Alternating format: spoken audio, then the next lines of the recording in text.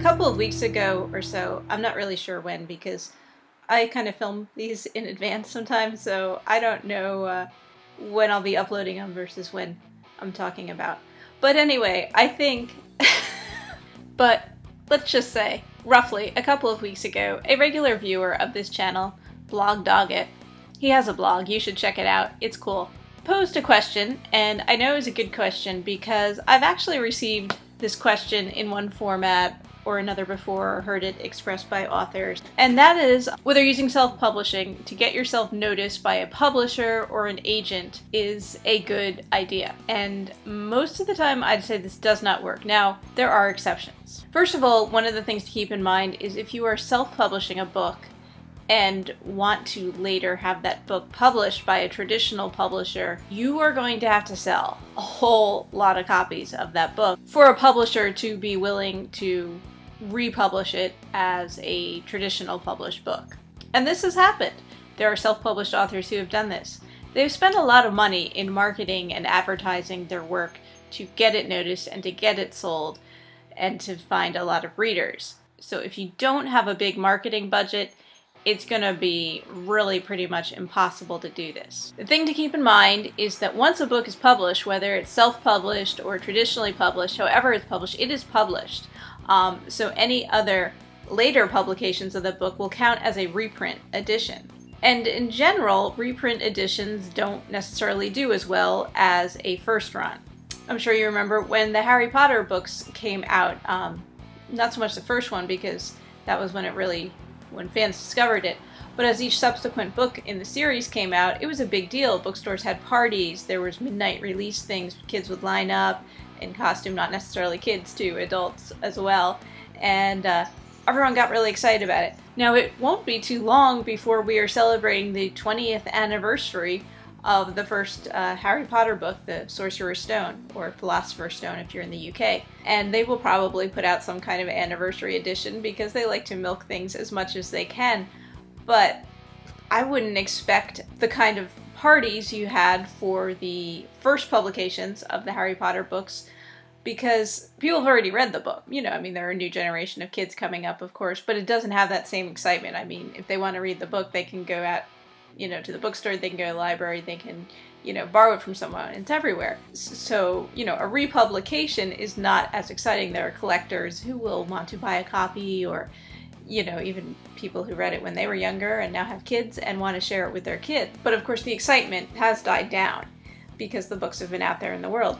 And that's the same thing with any book that's published. Once it's published the first time, that's when the excitement is. And a reprint edition is all well and good and will sell if the book has a big enough following, ties into some sort of topical thing that's going on right now. But BlogDogIt's question was more kind of looking at, if a book is really good and do publishers search through self-published books and look for gems that are, hidden in the rough, I guess. And the thing is, no, they don't.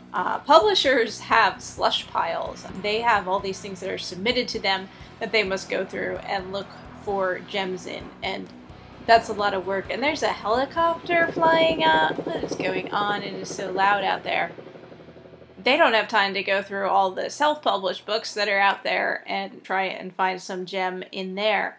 And then the other thing is that publishers are business people. So while yes, they want to produce great literature and want to put out books that people will talk about and they'll make people say, wow, this is an awesome book, at the end of the day, what they want is to make money. So if a publisher is going to discover a self-published author, it's a self-published author who has already made a name for themselves and is quite huge and is already making a ton of money and probably doesn't even need a mainstream traditional publisher. So the self-published books and the self-published authors that mainstream traditional publishers are going to be interested in are the authors that are least in need of a mainstream publisher because they're already having success and already making money and already have a ton of fans and they're doing very well for themselves. For them to actually go with a traditional publisher, it might not even make financial sense. They're going to have to take a smaller cut of the royalties you know, in exchange maybe for, you know, distribution or something else that they don't have yet. I'd say a lot of self-published authors who have found success with what they're doing are probably going to be pretty hesitant to sign with a big publisher. For a mainstream publisher to take on an author who has been self-published and republish a book that's been self-published, it would have to be a book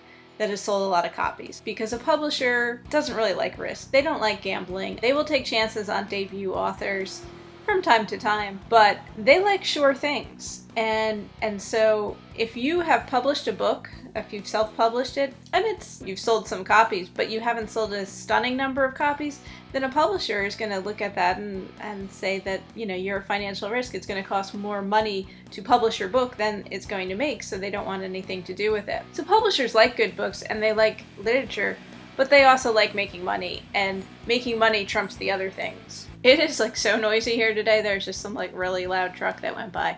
You know, and I've also heard authors, indie authors, talk about they want to pitch their book, their self-published book, to an agent. Again, this does not make sense, because once the book is out there, it's done. Now you can pitch your next project to an agent or to a publisher, but you have to have a next project. Don't self-publish your book and then think you're going to get an agent or a publisher for that book. Once you publish that book, it is published. And that's the way to establish a name for yourself and make some money and sell some books. But if you want that book to be the book that you get an agent with or that you get a publisher with, don't self-publish it, because you've made it way, way more difficult for yourself to do anything with that book as far as getting an agent and getting a publisher.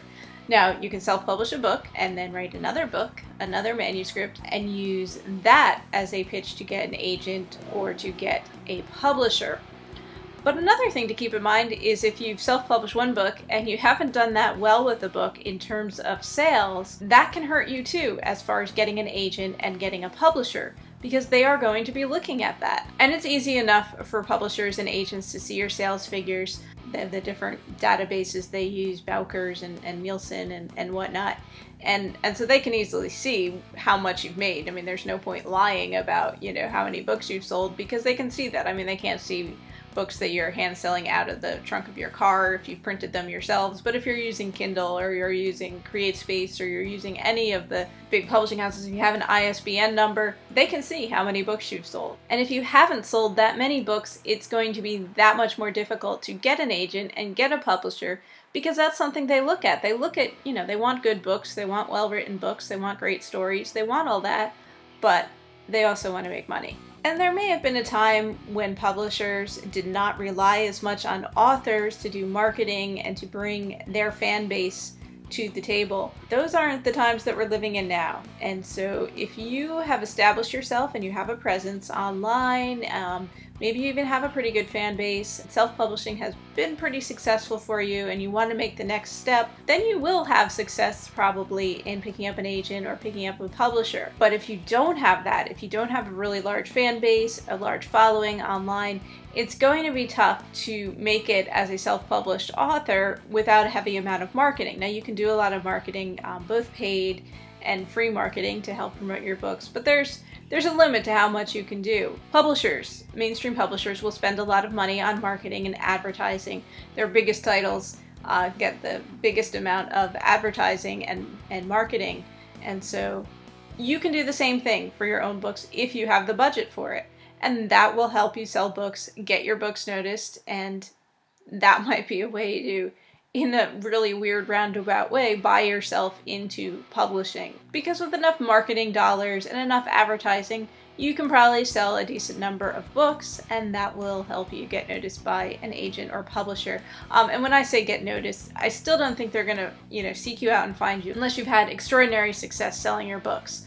But you can then pitch an agent or you know, submit a manuscript to a publisher, even if you've had a decent number of sales and are making money from your book. But so I just think this is an important thing that people don't understand as far as getting an agent, getting a publisher, and how self-publishing plays into that. Use self-publishing if you want to sell your books. If you want to have a book in print, you have a pretty good feel for, you know, how you're going to market it. Maybe you have a large fan base already online. You know that you can sell this many books. Go ahead and self-publish if that's what you want. Or if you've tried getting an agent and tried getting a mainstream book contract and that hasn't worked and you decide that this is how you want to get your book out there, that's fine. So those are all good reasons to self-publish your book. But if your ultimate goal is self-publishing as a step to get an agent and to get a publisher, it can work, but it can backfire. So I don't know, I feel like I'm rambling in this video, and I don't know if I'm making a lot of sense, but hopefully that helps to clear up some confusion. So my name is Alyssa Grasso, I'm an author, and I put out new awkward author videos every Tuesday about books and writing and publishing and anything else that happens to come into my head.